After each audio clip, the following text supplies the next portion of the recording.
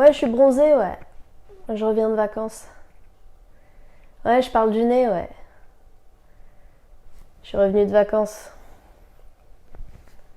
C'est quoi ce temps dans le nord là? Bonjour à tous et bienvenue sur cette nouvelle vidéo. Merci d'avoir cliqué, ça fait super plaisir comme d'habitude. Tout d'abord, je vous annonce avec grand joie que je suis certifiée! Pour ceux qui n'ont pas suivi les vidéos précédentes, déjà allez-y, vous n'allez absolument rien comprendre. Je suivais une formation pour connaître les rouages de la création d'entreprise. C'est chose faite, j'ai passé mon examen et je suis apte, officiellement, à créer une entreprise. Du moins, j'ai plus ou moins compris comment ça marchait. Alors bien évidemment, la vie n'a pas été un long fleuve tranquille, rien ne s'est passé comme prévu, absolument rien. Je vous disais dans la dernière vidéo qu'une partie de celle-ci serait tournée en Grèce. Bah non. Je devais à la base passer mon oral le 6 mai. Il y a eu un problème de jury, l'oral a été donc repoussé au 18 mai. Le 17, je n'avais aucune nouvelle. Pas de convocation, pas de mail de la responsable de la formation, absolument rien. Donc je lui en envoie un pour lui dire qu'est-ce qui se passe. Ah oui, on a oublié de vous dire, le jury s'est désisté. Tu comptais nous le dire quand ça ? Donc du 18 mai, l'oral a été repoussé au 27 mai, je n'étais plus en Grèce, j'ai pu donc profiter pleinement de mes vacances et passer mon oral tranquillement. D'ailleurs, j'ai quand même pensé à vous, restez jusqu'à la fin, je vous ai laissé 2-3 minutes d'un petit aperçu de mon petit séjour là-bas. Voilà, restez ici. Donc aujourd'hui, on va attaquer un gros morceau, celui du business plan. C'est le document que j'ai dû présenter au jury pour obtenir ma certification. Donc tout d'abord, qu'est-ce qu'un business plan? Lorsque l'on a un projet de création d'entreprise, il est conseillé de rédiger un document pour convaincre les personnes qui vont vous financer ou qui veulent s'associer avec vous. Ces gens ont besoin de connaître le marché pour pouvoir se lancer dans l'aventure avec vous. Mais c'est également pour vous-même, pour être sûr de la viabilité de votre projet. Avant de créer quelque chose, il vaut mieux s'assurer qu'on a de la demande derrière, qu'on répond à un besoin, etc. etc. Donc c'est un document qui se compose de nombreuses parties. La vidéo va être longue, donc on commence tout de suite. C'est parti. Donc déjà, la page de garde, l'écologie. Il est beau, hein, mon logo. Magnifique, n'est-ce pas? Il m'a coûté très très cher, je l'ai fait faire par un artiste renommé. C'est faux, hein. J'ai pris une image sur internet, j'ai mis du texte, ça m'a pris 10 minutes. Voilà. Dites-moi ce que vous pensez du titre, l'écologie. J'avais fait un sondage sur Instagram, j'avais proposé 3 noms. Il y avait l'écologie, le refuge et Aubercaille. Malheureusement, les 3 sont arrivés à égalité, donc ça m'a pas beaucoup aidé. Moi j'ai pris celui que je préférais, l'écologie, je trouve ça sympa. Dites-moi en commentaire ce que vous préférez vous, peut-être que ça m'aidera un petit peu plus. Poursuivons. Donc sur la page de garde, tout doit être clair dès le départ, donc de quoi on parle, donc évidemment le nom de l'entreprise, qu'est-ce que c'est, et évidemment le créateur, à savoir ma petite personne. Ensuite, donc évidemment nous avons le sommaire, histoire de ne pas perdre de temps quand on cherche quelque chose de spécifique, et enfin la synthèse opérationnelle. Alors une synthèse avant même que on ait commencé la lecture du document, vous allez trouver ça bizarre et je suis plutôt d'accord avec vous. La chose étant que du coup dans la synthèse opérationnelle, on va résumer toutes les parties du business plan en quelques lignes pour que la personne qui le lise, elle ait un résumé de tout le business plan. Ça lui permet de ne pas se taper les 70 pages parce que oui, il y a 70 pages, surtout si elle est intéressée que par une seule partie du document. Par exemple, un banquier, il va surtout s'intéresser à la partie financière. Donc là, il va dans le sommaire, il va directement dans les éléments financiers. Mais il faut quand même qu'il ait une vision globale du projet. Donc il va lire ça et après, il va aller directement là où il a envie d'aller. Donc synthèse opérationnelle, on résume en quelques lignes les parties donc du business plan. Voilà, ensuite on a la partie porteur de projet, c'est moi. Donc évidemment civilité, donc là chacun remplit en fonction de lui-même. Hein. Donc j'ai évidemment enlevé tout ce qui est un peu personnel parce que j'ai pas envie que vous débarquiez chez moi ni que vous m'appeliez, hein, tout simplement. Je vous apprécie, hein, mais pas à ce point-là. Ensuite, on passe au profil professionnel, donc les formations et diplômes, donc voilà, toutes les formations qu'on a eues, etc., etc. Les expériences professionnelles, donc évidemment je les ai pas toutes mises parce que sinon il y en aurait beaucoup trop, mais j'ai quand même mis plus d'informations dans le CV en annexe 1, donc il est possible de mettre son CV, histoire que les personnes qui lisent le dossier aient une vision globale de vos expériences professionnelles et de ce que vous avez fait dans votre vie. Ensuite, situation financière et patrimoine. Donc là, on va s'intéresser à votre argent, ce que vous gagnez et comment vous gérez votre argent. Alors je vous vois d'ici, j'ai eu la même réaction de toute façon, mais qu'est-ce que ça peut leur foutre de ce que je gagne, de combien je gagne et de combien il me reste ? Eh bien, c'est tout simplement pour voir comment vous vous gérez. Encore une fois, on va prendre l'exemple du banquier qui va vouloir vous prêter de l'argent. Si vous êtes interdit bancaire, que vous êtes tout le temps dans le rouge et que vous avez déjà 4 crédits sur le dos, ça va être plus compliqué de vous accorder un prêt. Il faut qu'ils aient quand même une vision un peu positive de la façon dont vous gérez vos finances. Parce que si vous n'arrivez pas déjà à vous gérer dans le milieu, on va dire, personnel, pour gérer les finances d'une entreprise, ça va être compliqué. Donc c'est la raison pour laquelle on a une partie situation financière et patrimoine. Après, si vous êtes dans le cas où effectivement vous êtes interdit bancaire, vous êtes souvent dans le rouge, etc., il reste une solution, à savoir mentir. Faites pas ça, faites pas ça. Parce que c'est des professionnels, ils le sauront si vous mentez, donc ne faites pas ça. Ensuite, origine du projet et motivation. Donc là, tout est dans le titre, il faut tout simplement dire d'où vient le projet et quelles ont été vos motivations pour vous lancer dans cette aventure-là. Est-ce qu'il y a eu un déclic dans votre vie et quel est-il ? Est-ce que vous aviez un projet comme celui-là depuis longtemps ? Est-ce que le Covid a joué dans votre prise de décision ? Dans la formation que j'ai suivie, il y avait 2 ou 3 personnes qui bossaient dans des structures depuis très longtemps et qui ont fait des burn-out. Généralement, on n'ose pas le dire quand on fait un burn-out, mais là, nos formateurs nous poussaient à en parler. Un burn-out, c'est un gros choc dans une vie, donc ils nous encourageaient à en parler et à dire en quoi ça a accéléré notre prise de décision. Alors attention, moi j'ai pas fait de burn-out. Je me suis fait virer comme une merde. Donc effectivement, on était aussi quelques-uns à s'être retrouvés licenciés économiques suite à la crise du Covid. C'est là-dedans qu'il faut en parler. Donc voilà, je passe ensuite le réseau. Donc dans la partie réseau, on va parler de toutes les personnes, les entreprises, les connaissances qui ont un rapport de près ou de loin avec la création de votre entreprise. Vous avez un oncle qui est chef d'entreprise, votre femme est boulangère et vous voulez ouvrir une boulangerie avec elle, votre cousine est comptable et pourra s'occuper de votre comptabilité, votre ancien patron a confiance en vous et a envie d'investir dans votre business, votre maman vous aime beaucoup et même si elle comprend rien, elle sera toujours là pour vous soutenir. Bref, dans la partie réseau, on met toutes les personnes qui peuvent vous apporter un soutien moral, financier, etc., etc. Ensuite, l'étude de marché. Donc l'étude de marché, c'est la partie la plus longue et la plus importante. C'est l'analyse complète de votre marché. Ça va permettre de déterminer s'il y a un marché, comment il se porte, s'il y a de la demande, si la demande est forte ou pas. Encore une fois, cette analyse va vous permettre de savoir si votre création d'entreprise est viable ou pas. Si Kodak avait fait des études de marché régulières, ils auraient vu arriver le numérique, ils y auraient cru, peut-être, et ils se seraient adaptés. La suite, c'est de l'histoire, on connaît Kodak, peut-être que vous connaissez plus.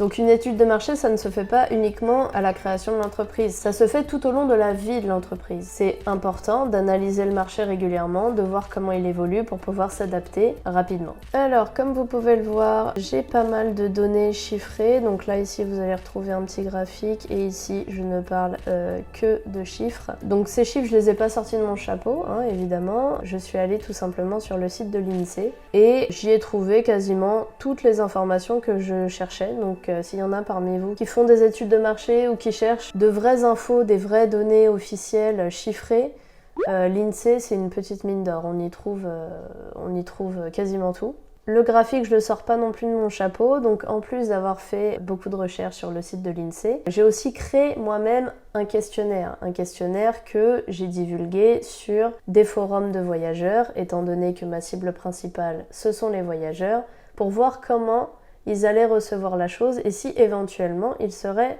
intéressés par la création de cette entreprise. Donc comme vous pouvez le voir, j'ai eu 268 réponses. Si sur les 268 personnes j'avais eu ton truc c'est de la merde, j'aurais peut-être repensé mon projet ou je l'aurais peut-être abandonné.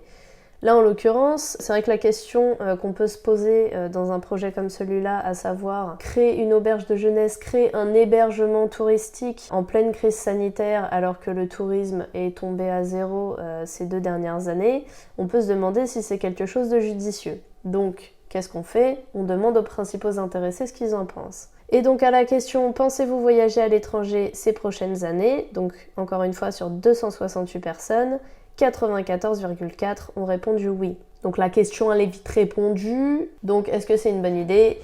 Oui. Est-ce que mon projet est viable? Pour l'instant, oui.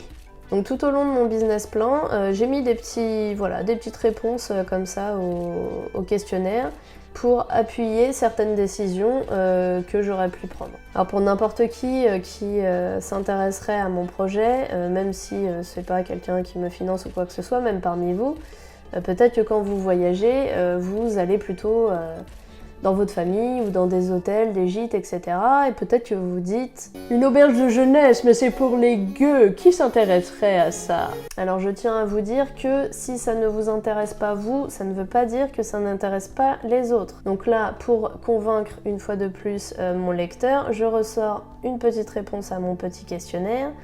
À la question « Quel mode d'hébergement privilégiez-vous lorsque vous voyagez ?» on voit que les auberges de jeunesse arrivent en tête avec 147 réponses sur toujours 268. Est-ce que mon projet est viable? Ouais, on dirait.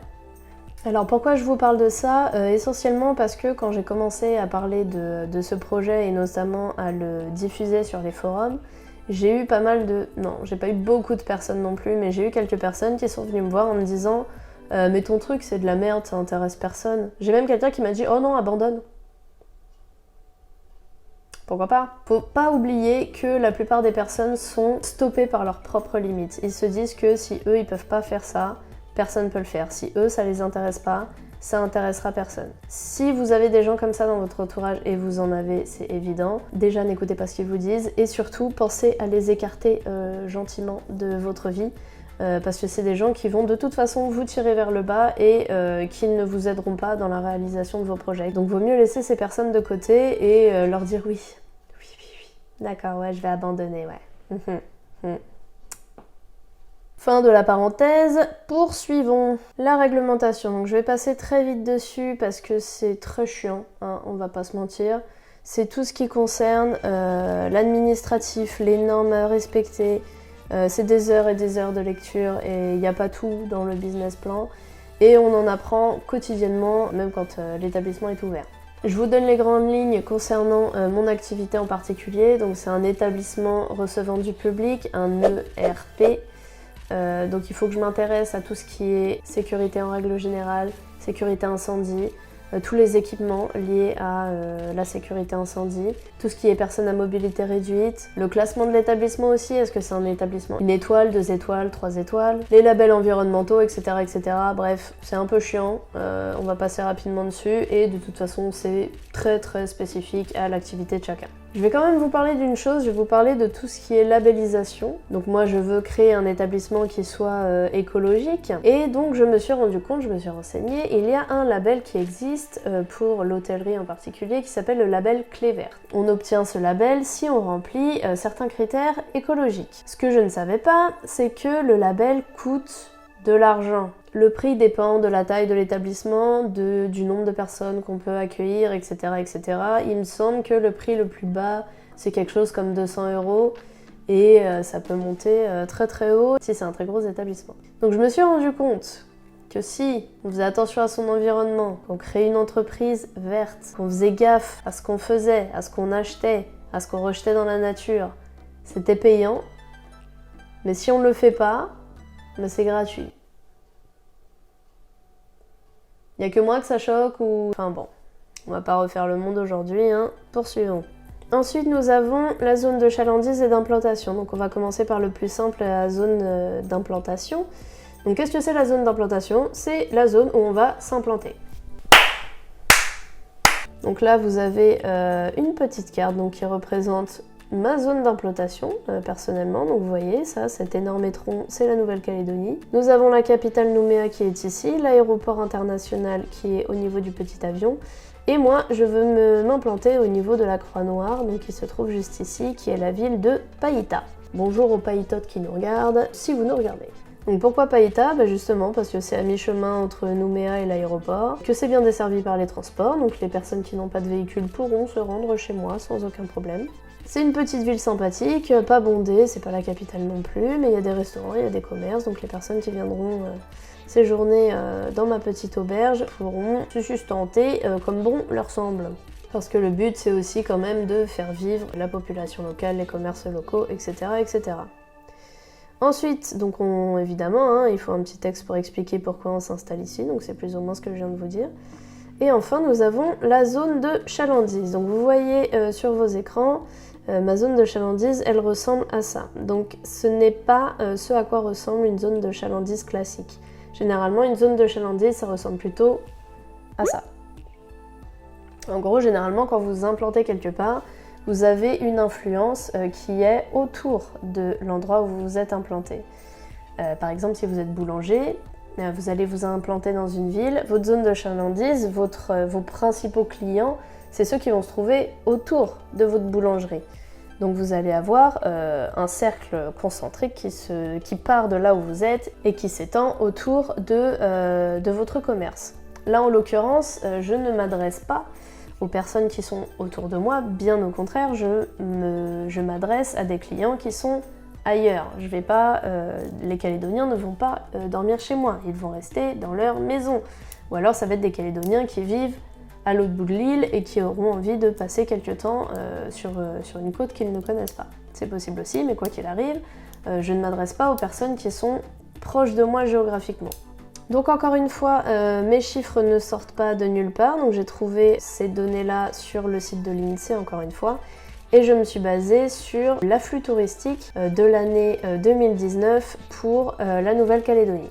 Pourquoi 2019 et pas 2020? Réfléchissez, s'il vous plaît, il s'est passé quoi en 2020? Ensuite, on passe à ce qu'il y a de plus important, soit la demande et la clientèle. Comme je vous le disais un peu plus tôt, pour créer un business, il faut d'abord s'assurer qu'il y ait de la demande. S'il n'y a pas de demande, il faut la créer. Le mec qui a inventé la télécommande, par exemple, c'était un génie. Le gars, il était flemmard, il s'est dit « Putain, je suis obligé de me lever pour aller appuyer sur les boutons sur ma télé pour changer les chaînes, alors que si j'avais un truc dans la main qui pouvait le faire de là où je suis, ce serait trop bien. » Donc le gars, il n'y avait pas de besoin à la base, c'était juste, il a joué sur la flemme des gens pour inventer son truc, et ça a cartonné. Donc rien n'est impossible, même si je pense qu'on a un petit peu tout inventé, mais bon. Sur Wish, on voit que on n'a pas encore fait le tour de tous les sujets. Donc la première chose à faire, c'est d'analyser et d'identifier les besoins de son client. Donc si je prends mon exemple, je m'adresse à des personnes qui viennent dans un pays étranger, qui ne parlent pas forcément la langue, qui sont un peu désorientés. Donc de quoi ils ont besoin? Donc comme je vous le disais, d'être orientés, être correctement conseillé, donc éviter certains endroits, en privilégier d'autres, des activités à ne surtout pas louper, se sociabiliser, etc. etc.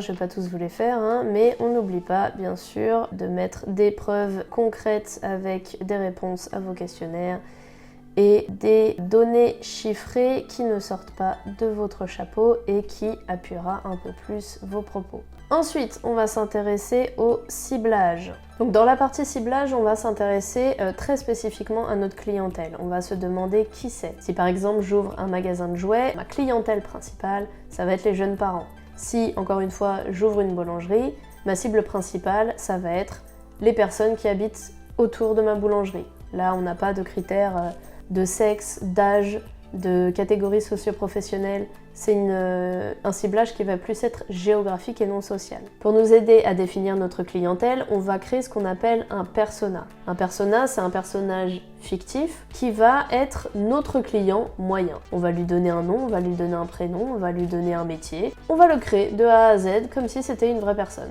Par exemple, si j'ouvre un magasin de tuning, mon persona va s'appeler Jackie, il aime la bière et le saucisson, il rate jamais un match de foot avec ses potes, il a une coupe mulet et son fils s'appelle Kevin. Mais non, c'est pas cliché. Donc pour créer notre persona, on se base sur les caractéristiques de notre clientèle. Est-ce que c'est plutôt une clientèle féminine? Est-ce que c'est plutôt une clientèle mariée? Le tout, c'est de rester pertinent. Alors attention, votre persona ne définit pas toute votre cible. En faisant mon questionnaire par exemple, je me suis rendu compte que, d'ailleurs je vais vous le montrer tout de suite. Alors il y a eu des questions en amont qui étaient est-ce que vous appréciez les auberges de jeunesse, etc., ce type d'hébergement? Et il y a des gens qui ont répondu non. Donc à la question pour quelle raison n'appréciez-vous pas les auberges de jeunesse, la majorité des réponses, bon j'ai pas tout mis parce qu'il y en avait beaucoup trop, mais c'est voilà, je ne suis plus jeune, je n'ai plus l'âge, je suis trop vieux, blablabla. Bla. Donc ce sont des gens qui ne se considèrent plus comme jeunes et qui pensent qu'ils ne sont plus la cible d'un tel établissement. Sauf que, moi qui fréquente énormément les auberges de jeunesse, des plus de 40 ans, plus de 50 ans, voire plus de 60 ans, j'en ai vu et j'en vois encore. J'ai un cœur de cible entre 18 et 39 ans, mais ça n'empêche pas les moins de 18 ans ou les plus de 39 ans à s'intéresser à mon entreprise. Donc le persona, ça va être votre client moyen, mais en aucun cas ça va refléter la totalité de votre clientèle. Ensuite, on va s'intéresser à nos copains, nos concurrents. Donc on distingue deux types de concurrence, la concurrence directe et la concurrence indirecte. Vos concurrents directs, ça va être les personnes qui vont faire très exactement la même chose que vous. Toutes les boulangeries sont plus ou moins en concurrence directe. La concurrence indirecte, ça va être les personnes qui répondent aux mêmes besoins, mais qui ne font pas exactement la même chose que vous. Si je prends mon exemple, j'ai une auberge de jeunesse, mon concurrent direct, ça va être l'autre auberge de jeunesse, mais mes concurrents indirects, ça va être les hôtels, les campings, les gîtes, etc. Donc je vous passe l'analyse de la concurrence parce que c'est long et que ça ne vous intéressera pas. En revanche, je veux bien vous montrer ça. Donc j'ai fait une sorte de zone de chalandise concurrentielle. Donc je me suis basée sur les établissements donc, qui répondent aux mêmes besoins que moi et qui se trouvent dans ma zone d'implantation. Donc comme vous voyez, on a 1, 2, 3, 4, 5 concurrents. Donc comment vous dire que je ne suis pas spécialement effrayée par la concurrence. Est-ce que mon projet est viable? Toujours. Alors, petite parenthèse benchmarking. Donc qu'est-ce que le benchmarking? C'est toujours une analyse de la concurrence mais qui sera plus visuelle et qui inclut des critères précis. Par exemple, là, j'ai pris tous mes concurrents et je me suis intéressée à certains critères qui me touchent plus que d'autres. C'est pour voir comment mes concurrents se débrouillent par rapport à ces critères-là et comment moi je me positionne par rapport à ça. S'il y a des efforts supplémentaires à faire parce que eux, par exemple, ne répondent pas à ce besoin, etc. Donc par exemple, si je m'intéresse à la convivialité, je vois qu'on a quand même quelques nuages. Donc, il y a un besoin en termes de convivialité. Je vois aussi qu'il y a pas mal de nuages en termes de commerce de proximité, oula, et un très gros ici, en termes de prix. Donc étant donné que moi je veux m'implanter dans une ville où il y a des commerces de proximité et que mes prix vont être raisonnables par rapport à la concurrence, je me distingue déjà sur ces critères-là. Ensuite, nous avons les ressources humaines. Donc là, on va plutôt parler de l'organisation de l'entreprise. Est-ce qu'il y a des employés? Quels sont leurs statuts? À quelle heure ils arrivent le matin? Quelles sont leurs tâches? À quoi ressemble une journée type? À quelle heure ouvre la boutique? Etc. etc. Donc nous, on a le check-in entre 15h et 20h. Le check-out à 11h, petit déjeuner ouvert à partir de 6h. J'ai même fait donc toute une procédure de la journée. Voilà, 10h, arrivée de l'employé du matin, les tâches qu'il a à faire. 14h45, arrivée de la personne de l'après-midi, tout ce qu'il a à faire, 23h, arrivée de la personne de la nuit, qu'est-ce qu'il a à faire, etc. etc. Ensuite, on va nous parler du personnel, donc voilà, le nombre de personnes que vous comptez employer. Voilà, moi j'ai convenu d'employer des personnes en CDD. Pourquoi en CDD? Déjà dans un premier temps, étant donné que c'est un milieu où il y a énormément de saisonnalité, si entre décembre et juin il n'y a personne, je ne vais pas m'embêter à payer des personnes à ne rien faire. Voilà, ça va vider les caisses de l'entreprise. Et ce ne sera pas rentable pour moi. Donc autant prendre des gens en CDD, voilà, les engager uniquement pour la saison, et après on voit comment ça évolue. Si effectivement entre décembre et juin il y a du monde, pourquoi pas basculer sur un CDI. Mais dans un premier temps, on va faire ça comme ça, puis on verra bien. Ensuite, les fournisseurs, les sous-traitants, partenaires et prestataires, donc c'est toutes les personnes qui vont travailler avec vous, mais pas au sein de l'entreprise. Donc il y a pas mal de consensus entre donc, fournisseurs, sous-traitants, partenaires, prestataires. Donc pour éclaircir un petit peu tout ça, je vais vous les détailler un par un, histoire que ce soit plus clair. Donc parmi mes fournisseurs, le seul ce sera mon boulanger local qui me fournira mes petits déjeuners tous les matins. Ensuite, je pourrais faire moi-même la comptabilité, mais étant donné que je suis nulle, je préfère sous-traiter à quelqu'un qui le fera mieux que moi. Ça évitera les erreurs. Mon comptable est donc mon sous-traitant. Et mon seul prestataire, ce sera donc un homme à tout faire, donc il s'occupera de la maintenance générale de l'établissement. Je le paye donc pour réaliser une prestation. Mais on est d'accord que quelque part mon comptable, je le paye aussi pour réaliser une prestation et que mon homme à tout faire, quelque part la maintenance, je pourrais la faire moi-même et que je le sous-traite pour le faire, c'est ambigu. C'est ambigu, on va pas se mentir. Mais on va dire que on s'en fiche un peu, le tout c'est de n'oublier personne dans l'équation.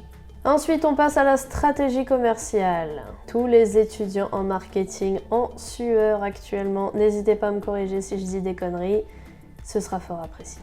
Donc on commence par la politique de produit. Qu'est-ce qu'une politique de produit? Tout est dans le nom, on analyse son produit. Qu'est-ce que je vends? Une offre d'hébergement écologique. Pourquoi est-ce que c'est une offre d'hébergement? Parce que je peux accueillir et faire dormir une trentaine de personnes dans mon établissement. Pourquoi écologique? Parce que mon établissement répond à certains critères écologiques. On analyse son ou ses produits. Si vous avez plusieurs produits, par exemple, si vous êtes boulanger, vous n'allez pas décrire tous les produits que vous allez vendre. Mais vous allez dire que vous proposez de la viennoiserie, du snack et des pâtisseries. Par exemple, c'est 3 produits différents. Alors évidemment, on continue à mettre ces petits graphiques pour appuyer nos décisions. Alors là, j'ai envie de vous en parler aussi. Je listais tout ce que je voulais mettre en place dans mon auberge, donc les toilettes sèches, les douches, les nains. Et je demandais donc, parmi ces propositions, lesquelles vous rebutent. Et moi qui comptais mettre des toilettes sèches, je vois que 126 personnes, donc quasiment la moitié des personnes qui ont répondu, sont totalement rebutées par les toilettes sèches. Donc, étant donné que mon client est roi, que c'est quand même lui qui va consommer mon produit, je me vois donc dans l'obligation de repenser ces toilettes sèches et de trouver éventuellement une autre solution. Il faut toujours penser à la personne qui achète. On n'est pas la personne qui achète, même si ça nous plaît énormément. Ensuite, nous allons passer à la politique de prix. Bonjour politique de prix. Alors, qu'est-ce que la politique de prix? Tout simplement, j'ai un produit, je le vends à tel prix. Pourquoi?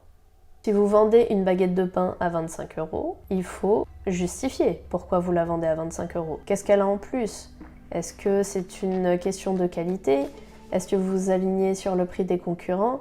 Il y a plein de critères qui font qu'on propose un produit à ce prix-là plutôt qu'un autre. Il faut expliquer pourquoi. Donc je vous donne encore une fois mon exemple. Donc moi j'ai décidé de mettre mon prix à 25 € en saison haute et à 18 € en basse saison. J'aligne mon prix en fonction de la concurrence. Donc mon seul concurrent direct, il a des prix à 18 € en basse saison et à 37 me semble-t-il en saison haute. Étant donné que j'ai envie de remplir mon établissement plus que le sien, je pratique un prix inférieur au sien. Pour ceux qui connaissent un petit peu les auberges de jeunesse, 37 € pour une auberge de jeunesse, c'est vraiment beaucoup, c'est énorme.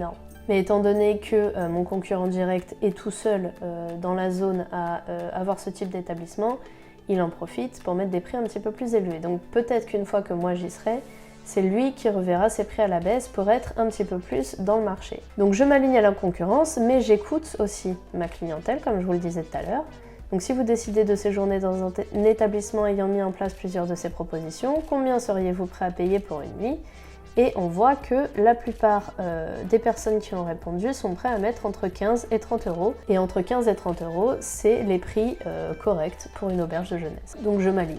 Ensuite, on passe à la politique de communication. La politique de communication, c'est la manière dont on va s'y prendre pour se faire connaître. Quels médias on va utiliser, comment on va faire pour toucher notre clientèle. Est-ce qu'on va créer un site internet? Est-ce qu'on va essayer de passer à la télé, à la radio? Quand est-ce qu'on démarre la campagne? Combien de temps ça va durer? Combien de ça va coûter? C'est tout ce qui concerne la communication, tout simplement, autour de votre entreprise. Et dans la politique de communication, on a du coup un plan de communication qui va résumer tout ça dans un tableau. Donc combien ça va coûter, combien de temps ça va durer, etc. etc. Alors avant de passer au positionnement, je vais faire un petit aparté sur une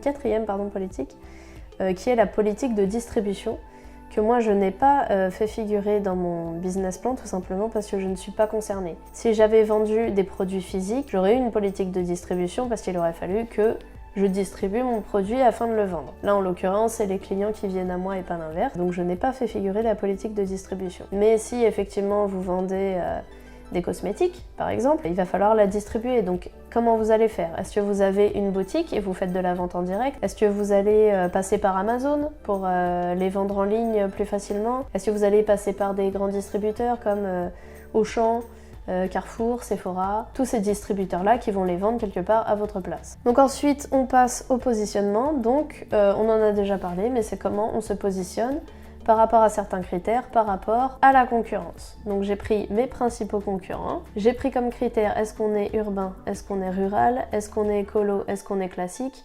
On voit qu'ils sont tous plus ou moins classiques et tous plutôt très rural, avec une petite exception pour mon concurrent direct et l'hôtel Novata, qui sont plutôt dans les urbains. Et moi du coup, je suis seule toute dans ma petite case, donc je suis plutôt bien positionnée parce que je réponds à des besoins auxquels mes concurrents ne répondent pas. Donc le fait d'avoir un positionnement qui soit différent, par exemple pour la politique de communication, on appuie sur ce qu'on a de plus que les autres pour sortir du lot. Ensuite, on passe à la partie juridique, fiscale et sociale. Je ne vais pas du tout m'étendre dessus, tout simplement parce que je ne suis pas spécialiste du juridique, du fiscal et du social.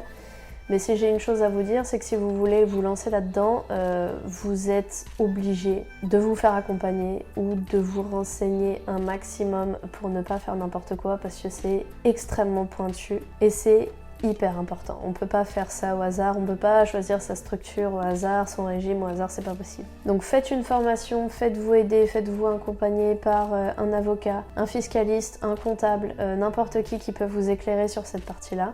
Parce que c'est vraiment quelque chose d'important. Et effectivement, une fois que vous avez tout choisi, parce que c'est vous qui choisissez, hein, on ne vous impose rien, vous devez expliquer pourquoi vous avez choisi d'être une SARL, d'être une EIRL, d'être une SASU, pourquoi au régime microsocial, pourquoi imposé sur le revenu, voilà.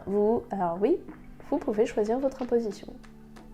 Bon, il n'y en a que deux, hein, tranquille. Mais il faut expliquer le pourquoi vous avez choisi ça et pas autre chose. Ensuite, les éléments financiers, donc pareil, je vais pas m'étendre dessus, déjà parce que c'est très spécifique au projet de chacun.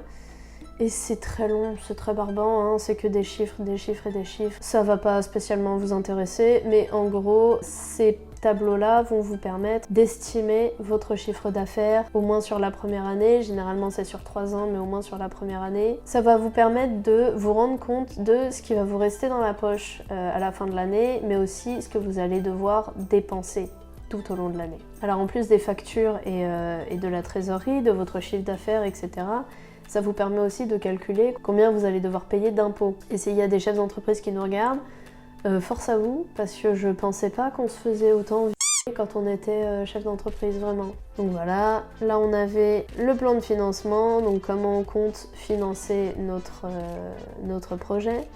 Le compte de résultat prévisionnel, donc sur la première année, c'est en gros à combien va s'élever mon chiffre d'affaires. Et le budget prévisionnel de trésorerie, pareil, sur la première année. Donc une fois que j'ai tout payé, combien il me reste dans la poche, ou plutôt combien il reste dans la poche de mon entreprise. Ensuite, on passe au plan d'action. Donc le plan d'action, ça va être ce qui va regrouper tous vos objectifs dans le temps. Des objectifs que l'on appelle objectifs SMART. Spécifiques, mesurables, atteignables, réalistes et temporels. Oui, je regarde mes notes. Qu'est-ce qu'il y a ? Donc ces objectifs, pour être SMART, ne doivent pas être flous, ils doivent vraiment être précis. Si votre objectif c'est aller déposer des flyers à l'office de tourisme, c'est pas suffisamment précis, c'est pas SMART. Alors que si vous dites allez le 25 avril à l'office de tourisme pour y déposer 300 flyers, là c'est précis, là c'est mesurable, là c'est atteignable. Par contre, si par exemple vous étiez fleuriste et que d'un coup vous voulez être chirurgien, je suis pas sûre que ce soit réaliste. Il y a quand même pas mal d'objectifs à mettre avant pour qu'ils deviennent atteignables. Ensuite, une fois qu'on a mis tous nos objectifs, on passe aux annexes. Ça y est, c'est bientôt fini les enfants. Donc je ne vous montre pas les parties un peu personnelles sur ma personne. Il est beau hein, mon CV, franchement. Il est pas magnifique. Moi je suis très fière de mon CV, je l'adore. J'avais un professeur quand j'étais dans le supérieur qui nous avait dit un truc tout con. À l'époque, peut-être que les CV s'envoyaient plus par courrier, nous c'est vrai qu'on le fait plus par mail aujourd'hui.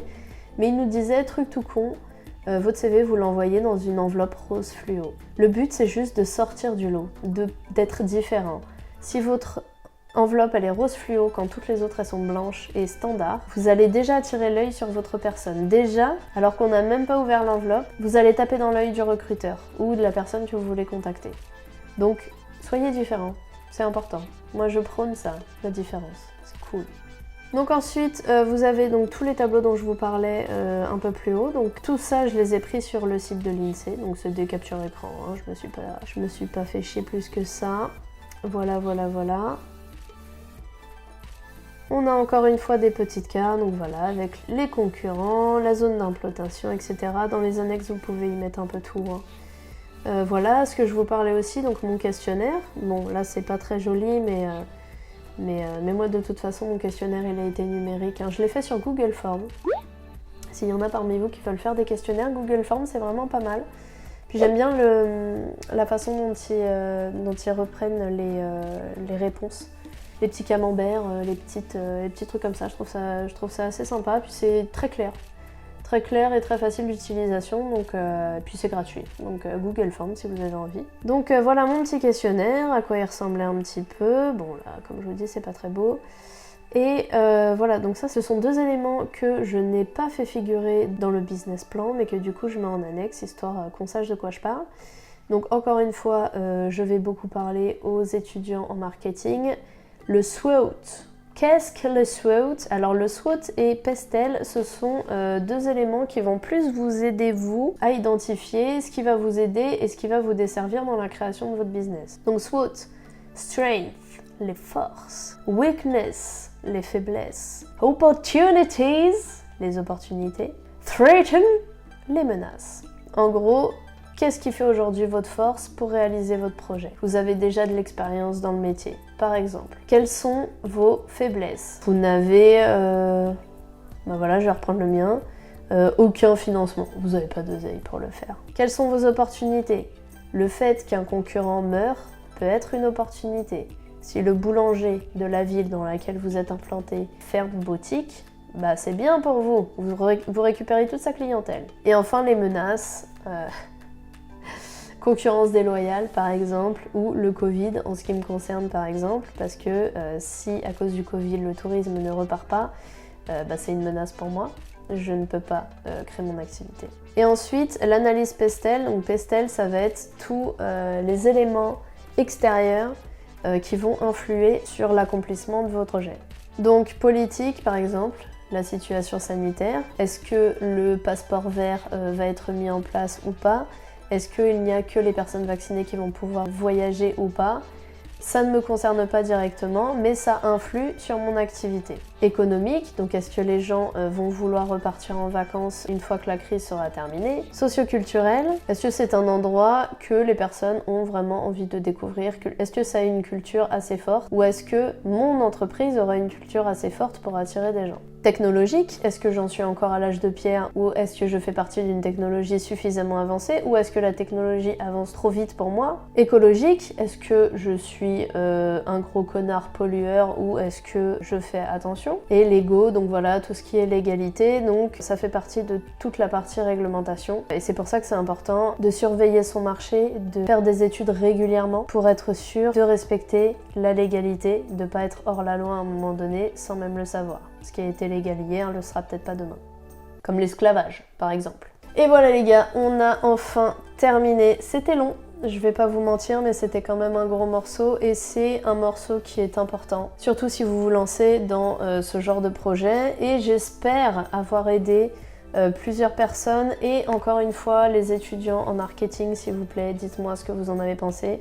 Si ça vous a aidé aussi, si vous avez quelque chose comme ça à réaliser dans le cadre de vos études. Ça m'intéresse de savoir si ça vous aide. Dites-le moi aussi si j'ai dit de la merde, c'est important. C'est important pour moi. Bon, mon business plan a été validé par des professionnels, mais bon, on sait jamais, peut-être que vos profs ils disent autre chose. Donc comme je vous l'ai dit en début de vidéo, si vous avez 3 minutes à tuer après cette vidéo, restez un petit peu plus longtemps, vous aurez un petit aperçu de mon voyage en Grèce. Sur ce, je vous dis à plus tard et ciao!